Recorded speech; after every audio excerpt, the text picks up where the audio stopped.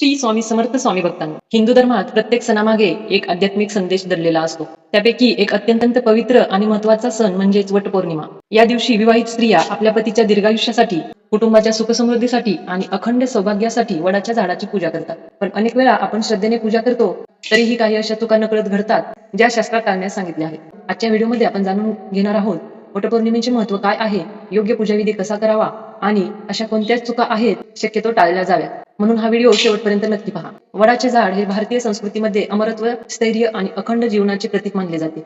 असे मानले जाते की वडाच्या मुळांमध्ये ब्रह्मदेव, भगवान विष्णू आणि फांद्यांमध्ये भगवान महादेव यांचा वास असतो. म्हणून वडाची पूजा म्हणजेच त्रिदेवांची पूजा मानली जाते. या दिवसामागे सावित्री आणि सत्यवान यांची अमर कथा आहे. सावित्रीने आपल्या दृढ श्रद्धेने, बुद्धिमत्तेने आणि पतिव्रत धर्माच्या सामर्थ्याने यमराजाकडून आपल्या पतीचे प्राण परत मिळवले होते. याच स्मरणात आजही स्त्रिया वटवृक्षाची पूजा करत असतात. पूजेची तयारी कशी करावी? पहाटे लवकर उठून स्नान करावे. शक्य असल्यास स्वच्छ आणि नवीन वस्त्रे परिधान करावी. देवपूजा करून व्रताचा संकल्प करावा. पूजेसाठी लागणारे साहित्य आधीच तयार ठेवावे. हळद, कुंकू, अक्षता, फुले, फळे, नैवेद्य, कापसाचा दोरा, दिवा, अगरबत्ती आणि पाण्याचा कलश. आता आपण पाहणार आहोत की पूजा करताना कोणत्या चुका टाळल्या पाहिजे. सर्वात प्रथम म्हणजे पूजा करताना घाई अजिबात करू नये. अनेक स्त्रिया वेळ नसल्यामुळे पूजा घाईमध्ये उरकतात. परंतु शास्त्रामध्ये सांगितले आहे की पूजा ही वेळेपेक्षा श्रद्धेने करणे खूप महत्वाचे असते. म्हणून ही पूजा करताना शांत मनाने करावी. दुसरी गोष्ट म्हणजे वडाच्या झाडाचा अनादर करू नये. वडाच्या झाडाला लाथ मारणे किंवा त्याच्या फांद्या तोडणे, त्याच्या कडेला कचरा टाकणे किंवा पूजा झाल्यानंतर साहित्य तिथे सोडून देणे हे शक्यतो करायचे टाळावे. तिसरी गोष्ट म्हणजे ही पूजा करताना संकल्प नक्कीच करावा.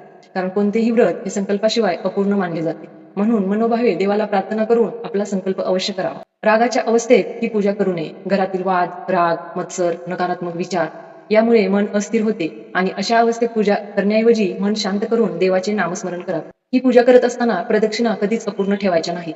काही ठिकाणी 7, तर काही ठिकाणी 9, तर काही ठिकाणी 108 प्रदक्षिणा करण्याची प्रथा आहे. आपल्या परंपरेप्रमाणे श्रद्धेने प्रदक्षिणा करावे. कापसाचा दोरा हा चुकीच्या पद्धतीने बांधू नये. दोरा गुंडाळताना घाई करू नये. प्रत्येक फेरीसोबत मनात प्रार्थना करत राहावी. वटपौर्णिमेच्या दिवशी सत्यवान आणि सावित्रीची कथा नक्कीच ऐकावी. कारण ही कथा या व्रताचा मुख्य भाग मानली जाते. पूजा झाल्यावर लगेच तिथून निघून जाऊ नये. पूजा पूर्ण झाल्यावर काही क्षण शांत तिथेच बसून देवाचे नामस्मरण करावे, आरती करावी आणि प्रार्थना करावी. सर्वप्रथम गणेशाची पूजा करावी. त्यानंतर वडाच्या झाडाला पाणी अर्पण करून हळदी, कुंकू, अक्षता, फुले अर्पण करावी. दीप लावावा, अगरबत्ती लावावी.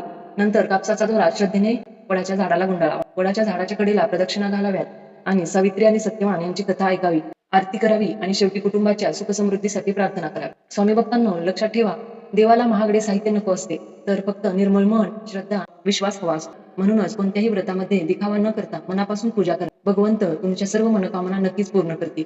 जर हा व्हिडिओ तुम्हाला आवडला असेल तर व्हिडिओला एक लाईक नक्की करा आणि तुमच्या कुटुंबियांसोबत शेअर अवश्य करा. आणि अशाच धार्मिक कथा, व्रत, पूजा आणि स्वामी समर्थांचे प्रेरणादायी व्हिडिओ पाहण्यासाठी आमच्या चॅनलला सबस्क्राईब नक्की करून बेल आयकॉन दाबायला विसरू नका. श्री स्वामी समर्थ.